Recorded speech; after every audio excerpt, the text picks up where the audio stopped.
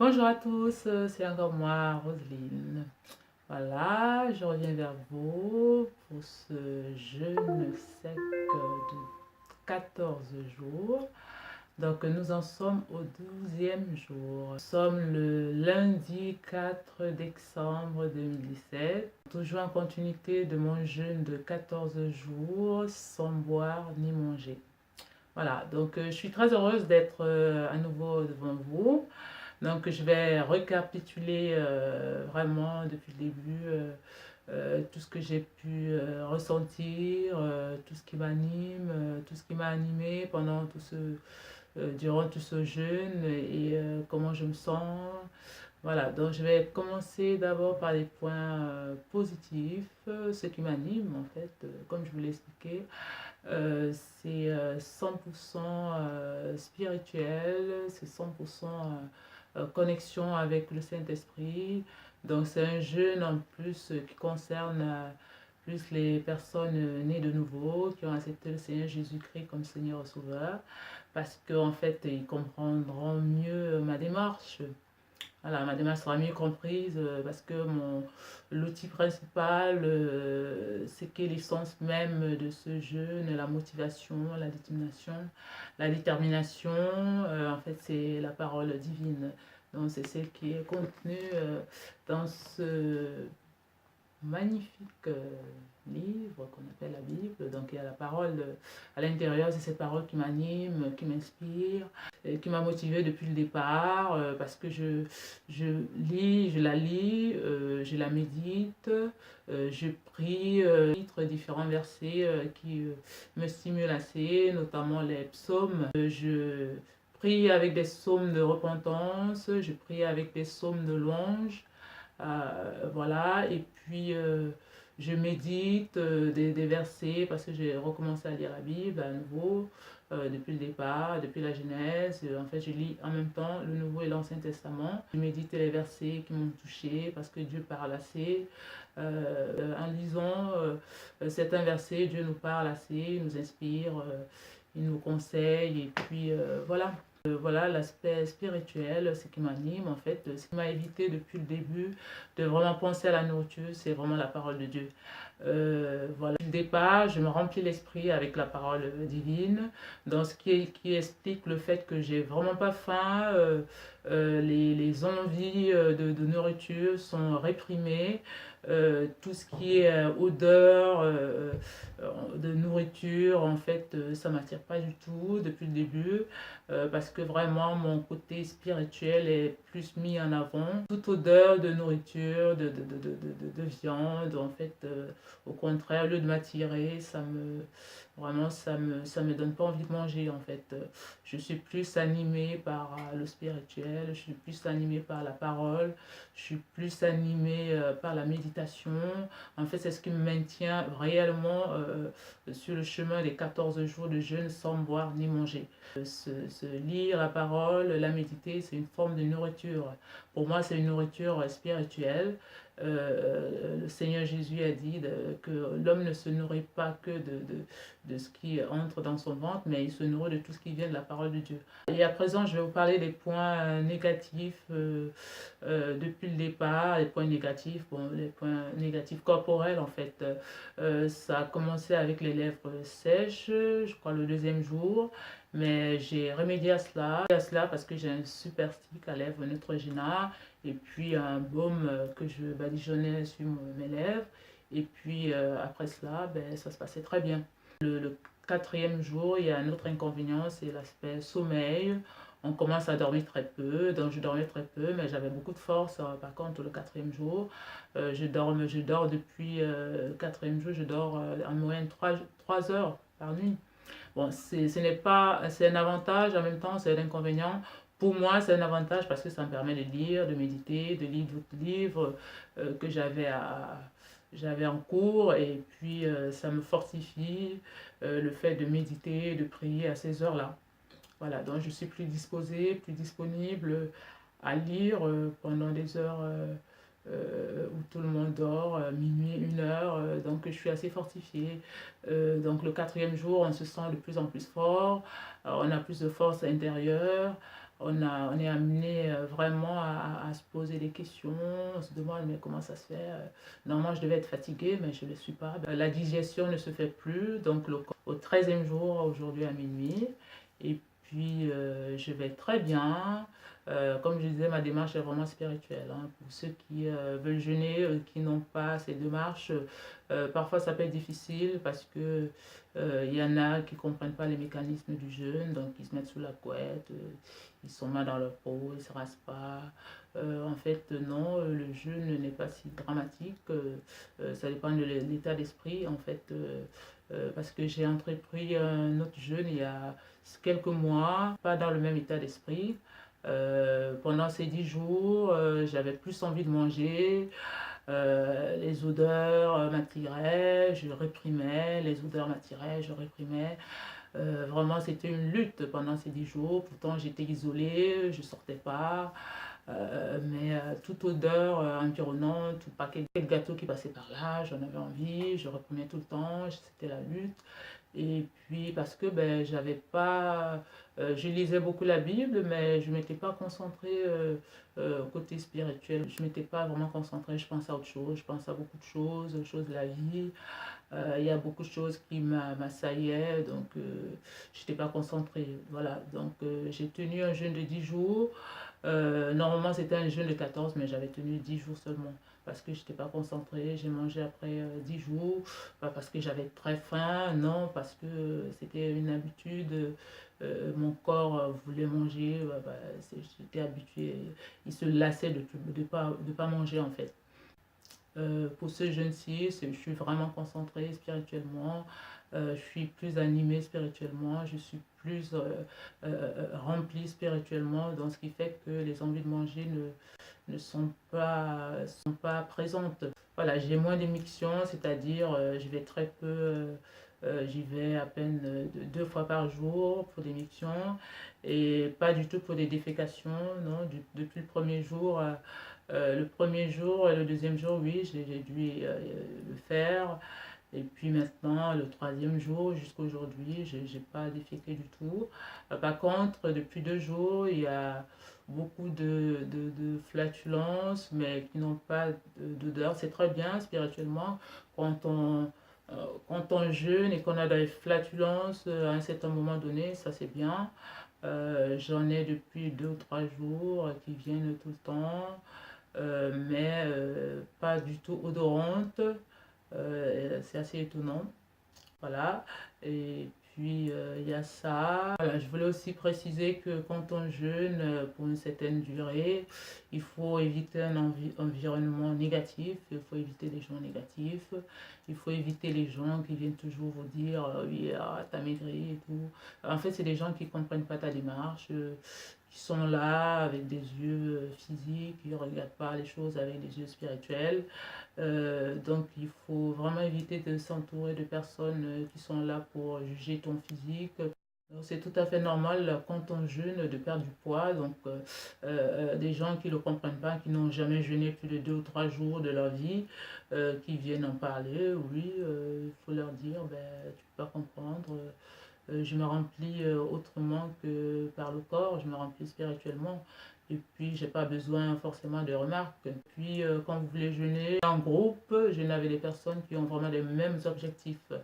Parce que parmi les personnes avec lesquelles vous pouvez jeûner, il peut y avoir des personnes qui vous tirent vers le bas, en fait.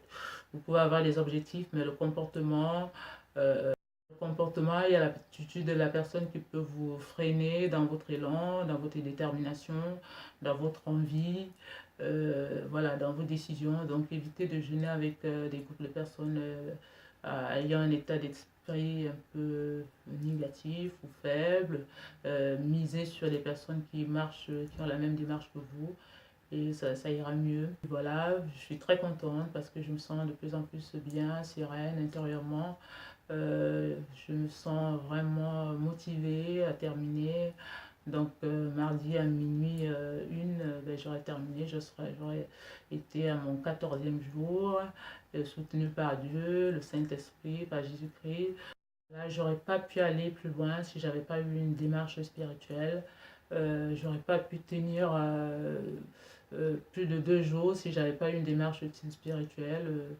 Vraiment, c'est la Bible, les psaumes, la parole qui m'a animée. C'est d'être fortifié par le Saint-Esprit, d'être connecté, d'avoir une paix intérieure, d'avoir une certaine sérénité, d'avoir une joie intérieure, d'avoir une force, de pouvoir marcher de temps en temps sans être affaibli, de pouvoir escalier sans être affaibli. Pour moi, c'est une force, une très grande force. Ce jeûne, vraiment, ça m'a fait voir que l'humain, le corps humain a des facettes que nous ignorons. Voilà, donc spirituellement, j'ai été fortifié par le Saint-Esprit. Et puis, intérieurement, je suis aussi très, très fortifiée. J'entame la nouvelle année 2018 avec beaucoup de sérénité. Je me sens intérieurement très en paix, très en joie, très en harmonie avec moi-même. Voilà, ben, je vous remercie. Je refais une autre vidéo demain matin. Nous serons au 13e jour, le 5 décembre. Et puis à la nuit du 5 décembre, à minuit 1, ben, je vais casser mon jeu, ce sera le 14e jour. Mais aussi, je ferai d'autres vidéos après. Demain, je ferai la vidéo je vous présenterai, je vous montrerai comment faire fabriquer ma scène.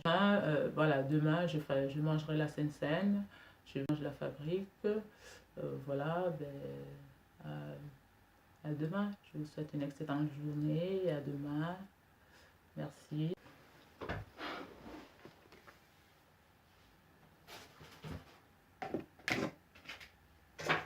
Là, il faut l'huile d'olive, il faut du raisin rouge, il faut du raisin, faut de la farine de blé.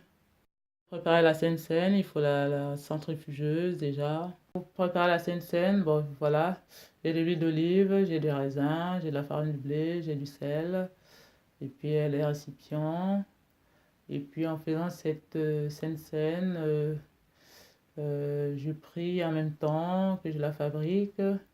Je fais une petite prière pendant que je la fabrique. Voilà pour les ingrédients.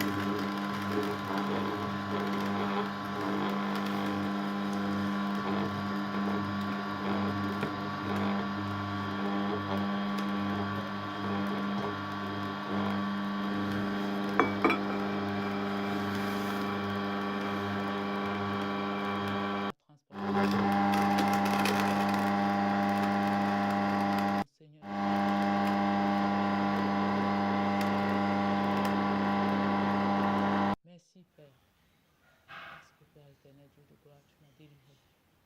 Éternel mon Dieu, mon Père, mon cher Seigneur et Sauveur, tu es ma lumière, tu es mon salut. De qui aurais-je crainte? Tu es le soutien de ma vie. De qui aurais-je peur? Tu es un asile pour moi. Tu me garantis de la détresse. Tu m'as dit, je t'inspirerai et je te montrerai la voie que tu dois suivre. Seigneur, merci parce que tu me conseilles. Merci parce que tu me consoles par le Saint-Esprit, à travers le Saint-Esprit. Dieu de mon Seigneur Jésus-Christ, Père de gloire, donne-moi, je te prie, un esprit de sagesse et de révélation dans ta connaissance et illumine les yeux de mon cœur pour que je fasse toutes tes volontés, pour que je pense comme tu penses. Oh Seigneur, merci. Merci Jésus, merci Saint-Esprit. Merci de m'avoir fortifié intérieurement. Tu as dit dans ta parole que si je ne mange de ta chair et si je ne bois de ton sang, je n'aurai point de vie en moi. Mais si je mange ta chair et bois ton sang, j'aurai la vie éternelle. Seigneur Jésus, ce pain et ce vin que je fabrique représentent ta chair et ton sang, et je le mangerai et je le boirai en ta mémoire. Car tu as dit dans Jean 6, 51, « Je suis le pain vivant qui est descendu du ciel. Si quelqu'un mange de ce pain, il vivra éternellement. Et le pain que je donnerai, c'est ma chair, que je donnerai pour la vie du monde. » Merci pour ce pain, merci pour ta chair, merci pour ce vin, merci pour ton sang. Le sang qui est toute chose, le sang qui a coulé sur la croix de Golgotha, le sang qui a coulé pour moi, le sang qui a coulé pour me délivrer, le sang qui a coulé pour me purifier, me sanctifier de tout péché. Merci pour le sang de l'autorité, le sang qui parle au-dessus de tous les sangs, le sang qui a vaincu Satan, qui a effacé les actes et des ordonnances qui me condamnaient. Merci pour ce sang. Merci pour ta chair qui a été meurtrie pour que je sois guéri, qui a été meurtrie pour que je sois délivré, qui me purifie totalement, qui me purifie entièrement, dans tous les coins et recoins de mon corps. Merci Seigneur Jésus. Merci Dieu le Père. Merci Saint-Esprit de m'avoir soutenu au nom de Jésus-Christ. Merci pour votre présence dans ma vie. Amen. Il y a la soupe de carottes, vraiment soupe du liquide. Hein. Je manquais du liquide. Je vais en prendre. Il y a la soupe de carottes, vraiment soupe du liquide. Hein. Je manquais du liquide. Il y a le jus de carotte. Voilà, voilà. Je viens de casser mon jeûne. Malheureusement, j'ai pas pu atteindre les 14 jours parce que mon poids descend à une vitesse, je suis à 45 kilos, donc c'est pas glorieux. Je suis obligée d'arrêter. Je m'étais dit, si j'atteins les 45 kilos avant les 14 jours, j'arrête. Je suis très contente d'avoir arrêté ce jeûne parce que mon corps le demandait déjà. Je commençais à maigrir de manière morbide. Voilà, je préfère l'arrêter après ce un jour. Ouais. J'ai fait 13 jours. Voilà. En fait, voilà. Après ces 13 jours de jeûne sans boire ni manger, donc je dois rien prendre de solide. Jus d'eau et de miel. Et jus de tomate, poivron, c'est que du jus. Donc je dois ménager mon corps après ces 13 jours. Voilà, voilà. Ces petites soupes fresques à l'eau. Voilà, c'est mon repas. Au moins pendant 2 ou 3 jours. De l'eau, du liquide. Pour que mon corps s'habitue. Voilà, voilà, voilà, voilà. Donc très peu de pain. Du sang du corps du Christ. Plus de liquide. Pour habituer vraiment le corps. Jus de tomate. Jus de carotte. Jus de miel. Première bouchée.